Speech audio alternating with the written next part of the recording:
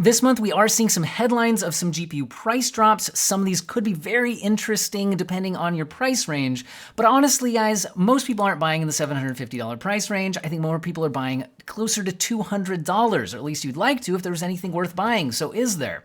Well, the 6650 XT has dropped in price to $220 right now, although there are some more models available at higher prices. I think that's extremely compelling because it reaches within 90% of the performance of cards like the 4060, which are still going for closer to $300, a few models available at $290, and cards like AMD's own 7600 from this generation, which are going for around $270 with at least one model available at $260.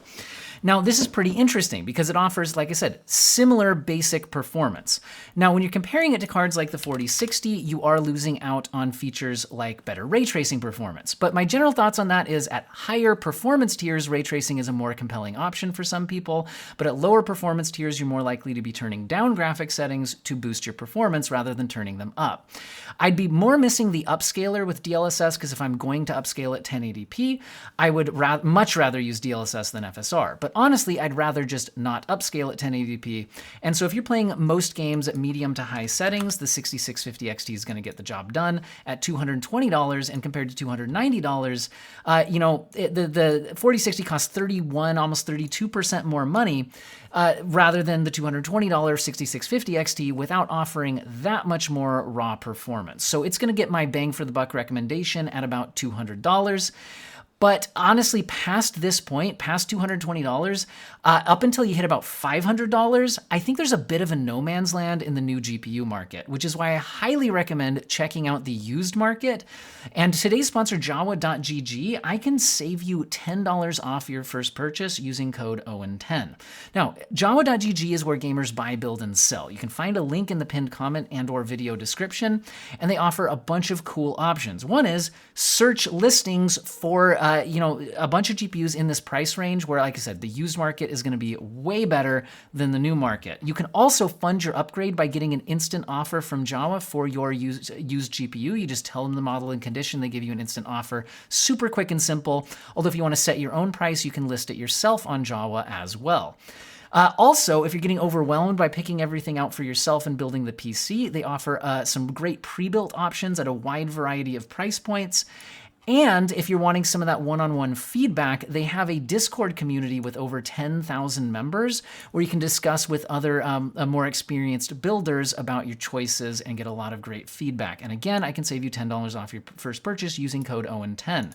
Now, if you are looking at the new market between the, once you're going past this $220 price point, the next thing I actually like is the 7800 XT for $500. So if we need to buy something in between and you're not going to go with the used route, what do I have available for you? Well, NVIDIA, like I said, the 4060, if you want NVIDIA's feature set, at $300, $290 at the lowest, it does actually offer better, performance per dollar, if you just look at how many dollars you're spending per frame, than the rest of NVIDIA's 4000 series lineup. So it's actually reasonable bang for the buck from that standpoint. It's just that you could get, you're only getting 8 gigabytes of VRAM, which doesn't feel great for $300, considering a lot of games that it would otherwise have the power to run at some almost max settings or max settings do start to have some decreased performance when you go beyond 8 gigabytes of VRAM, forcing games to sometimes have to access system memory, or more realistically, would just turn down graphic settings a little bit. So again, you could go with the 4060 if you have to. AMD has the 7600 XT for $320 to $330. And this does offer 16 gigabytes of VRAM, but otherwise actually often similar or less performance than the 4060. You still don't get, the DLSS upscaler. And if you're going to go AMD route at this price point, I actually think the 6750 from the previous generation from AMD is a better graphics card than AMD's 7600 XT at the same price point. It has 12 gigabytes of VRAM instead of 16, but 12 is enough for 1080p gaming at any kind of settings you'd be using on these GPUs, and you're not running into the same issues you see on the 8 gigabyte cards. So I would recommend the 6750 XT at $330. And then past this point, you have the 4060 Ti's from NVIDIA, but again, 8 gigabytes for almost $400. A few models discounted a little bit down to $385 or $390 is just way too much money for an 8 gigabyte graphics card. I can't recommend that. They do have a 16 gigabyte version, but that costs $440 at the lowest and more frequently $450 or even more. And the problem here is we're getting super close to the $500 price point where I just think there's much better options. So if you are going to buy something closer to $400, AMD's new option, the 7700 XT, isn't great either. While it launched at $450, it's now discounted as low as $400 or even $395. The problem with it is it can't compete very well against the AMD's previous generation product, the RX 6800, which is a 16 gigabyte card, so offering you 4 additional gigabytes of VRAM compared to the 7700 XT. But again, similar overall performance. So you get more VRAM, about the same feature set, and about the same performance for a little bit less money. So if I had to buy a $400 GPU new, I would get the 6800 if you're in a part of the world where that is available to you. But like I said, I'm not a huge fan of anything in this price range. Now, what I want to actually do next is jump into, we saw this headline. The 4070 Ti Super drops to $750. I did check this out. It is available. It has been available for at least 24 hours now. I can't tell you for sure if it's going to remain available at this price permanently or anything like that. But I do these videos filming what's the best pricing available on the day I am looking. So the 4070 Ti Super I actually think is extremely interesting at $750. The reason is the 4070 Ti Super is the first NVIDIA GPU where I feel like their full feature set is available without any real issues other than $750 is a lot of money. You have 16 gigabytes of VRAM instead of the 12 gigabytes you're offered at price points below this one from NVIDIA. AMD offers 16 gigabytes for a lot less. Also, the overall ray tracing performance, remember how I said earlier at the lower performance tiers, I don't find ray tracing all that compelling because I'd rather be turning down graphics settings to increase performance rather than turning up graphics settings to do a lot of heavy duty ray tracing. Lighter ray tracing workloads aren't super compelling from a visual perspective, in my opinion. There are certain games where ray tracing actually offers a transformative difference to the visuals. These are games like Cyberpunk's RT Overdrive mode, or Alan Wake 2's full ray tracing mode, where the overall visuals of the game is actually, honestly, kind of mind-blowing, but it just takes a massive amount of performance to get there. And the 4070 Ti Super is interesting to me because it not only offers enough VRAM to do those settings at 16, where 12 is pretty borderline, but it also, if you're using DLSS at the quality setting, which does look pretty good at 1440p, it can enable a almost 60-ish FPS performance in those ray tracing modes with DLSS quality if you're on a 1440p screen. And once you're hitting in that 50 to 60 FPS range, kicking on NVIDIA's frame generation feature does work pretty well to smooth things out in a single-player game on a high refresh rate display. Frame-generated frames aren't equivalent to actual frames in the sense that they don't increase the game's responsiveness, and they can cause more visual artifacts. But from a base frame rate of 50 to 60 FPS, I think it works very well, and you will get a very good single-player experience. So with that being said, at $750, I actually do think the 4070 Ti Super is pretty interesting, especially when you compare it to NVIDIA's other offerings, like, for example, going up to the 4080 Super. These are starting to be available at their MSRP of $1,000. I've been seeing multiple models in stock. They go in and out of stock, but they have been pretty available at this price now, and they are currently. But that's a $250 price increase, or another way of looking at it is $1,000 divided by $750 is a 33% price increase for not 33% more performance, and you're also still at 16 gigabytes of VRAM. There's no real feature set difference. So that makes that 4070 Ti Super offer you almost the same experience for a lot less money. And like I said, still gets you that 16 gigabytes of VRAM. And if we're talking going, now I will give the caveat that I do think that for the path tracing experience, the 4070 Ti Super is good for a 1440p screen running DLSS quality. If you want to be playing on a 4K screen for a path tracing experience, I'm going to be honest, I'm not personally happy with that below the RTX 4090, and those are still closer to $1,700 or $1,800. And, so if you're more than doubling the price of a 4070 Ti Super, just be aware of that. You're not more than doubling the performance, but it's the only one that's going to give you a nice path tracing experience at 4K, in my opinion. But anyway, that's what I have to say about that. So 4070 Ti Super, I think, is actually pretty interesting if it holds the $750 price point. Now you might be, what about the AMD alternatives? So let's talk about that. AMD's most powerful GPU is the 7900 XTX. That's currently available as low as $900, although more models are available at about $930. And okay, well, $750 up to $900. That is paying a lot more money for the 7900 XTX. The 7900 XTX is faster when you're not ray tracing, but it's not going to give you those kind of path tracing experiences. So if that's what you're buying a high-end GPU for, then the 4070 Ti Super not only saves you money, but it offers you that bigger feature set. Now, if you are looking more for rasterized performance, then the 7900 XTX is offering you more performance than the 4070 Ti Super. Although keep in mind, you are pretty close in price. You're jumping up $100 or less to the 4080 Super, which offers you about the same rasterized performance as the 7900 XTX, but much better ray tracing performance. And again, those additional features set, like the better upscaler with DLSS, the more widely available and I think better quality frame generator with DLSS 3 versus FSR 3, all of those types of things. So again, I feel like the 7900 XTX is in a little bit of a no man's land price point wise right now. You could go down a step to the 7900 XT, which is as low as $690, although more models are 700 or more, 700, 710, 720, 740. But again, you can get as low as $690. And at $690, it's interesting, but again, it's only $60 more to get the 4070 Ti Super, which offers you very similar overall performance rasterized and a significantly better ray tracing experience and upscaling experience. So with that in mind, I'm not super compelled by the 7900 XT, except if you're planning on playing 4K gaming without a lot of ray tracing, then I think the 7900 XT could make some sense there, because you do get lots of VRAM, lots of rasterized performance, and FSR quality at 4K isn't too bad of an experience. So you could save some money on a good, in other words, I think this could make a good, it's not, I hate calling it budget, but budget 4K GPU if you're not planning on going ray tracing at 4K, which like I said, below cards like the 4090, I'm not too compelled by like the path tracing experiences on all of those. So what price point haven't we really talked about yet?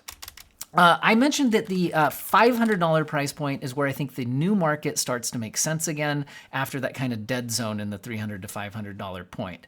The 7800 XT is available at $500, and I think it's pretty interesting here. You get 16 gigabytes of VRAM and a lot of performance, and I would definitely spend $50 more than the 4060 Ti 16 gigabyte to get the 7800 XT.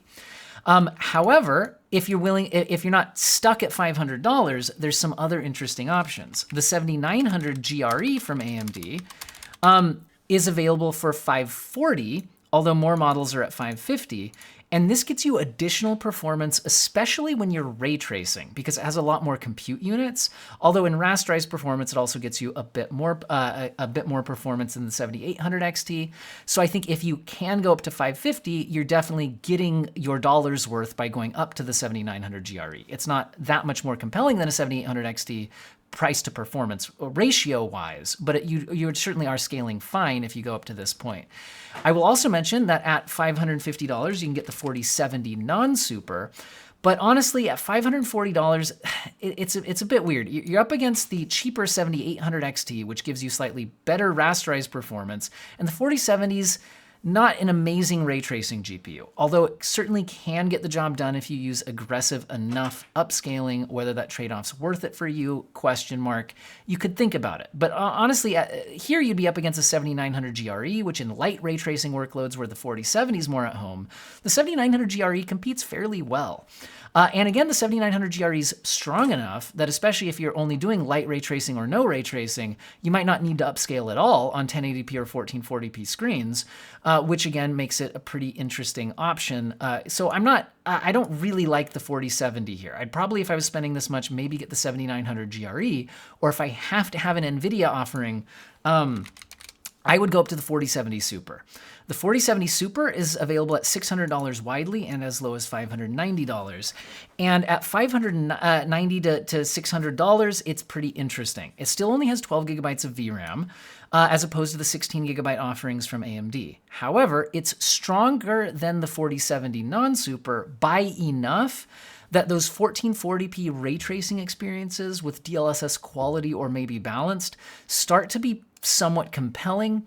And again, it's also going to be able to match the performance of the 7900 GRE for rasterized experience in many cases, and again, beat it in ray tracing performance and have a better upscaler. So in other words, I do think the 4070 Super is a better GPU minus the VRAM potential issue than the 7900 GRE.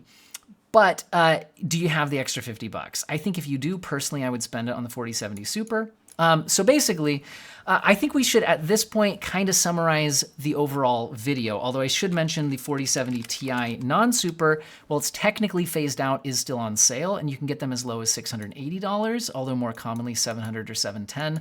My problem with those is that they're not enough better than the 4070 Super, which is coming in as low as $590, and you still get 12 gigabytes of VRAM, so you're not solving that problem. So I'd probably just rather get the 4070 Super and save some money. So at this point, let's summarize the entire GPU market very quickly with my main recommendations. For the people who are buying a $200-ish graphics card, I think the 6650 XT is the way to go, because you're getting a very good 1080p gaming experience for $220. Hard to argue with that. If you have to spend a little bit less, I'd get the RX 6600 at $190. Intel does have some compelling options at these same price points with things like the A750, but I do think that AMD's software is still more mature. You're less likely to run into issues. Intel has been getting significantly better at that, but it's still not on par with AMD or NVIDIA from a reliability standpoint when you just pop in any game and assume it will work. So with that being said, it's not enough better than a 6600 to get my recommendation over the 6600 with that convenience marked in.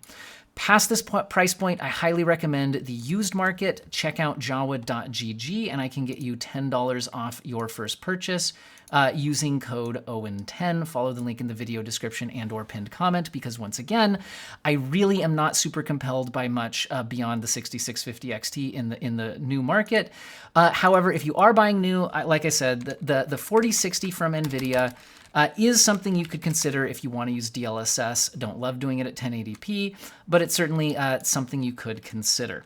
If you're going beyond that, I think the standouts were the 6750 XT from AMD at $330, and then the 6800 from AMD at $375, getting you 16 gigabytes of VRAM and about the same performance as a 7700 XT, but with more VRAM and slightly less money. The next GPU I'm actually kind of excited about is the $500 price point with the 7800 XT, or going up to the 7900 GRE. Both of those are about equally compelling. Do you have the extra $50? Speaking of having the extra $50 though, if you can go beyond $550, I do think that NVIDIA starts becoming compelling with the 4070 Super.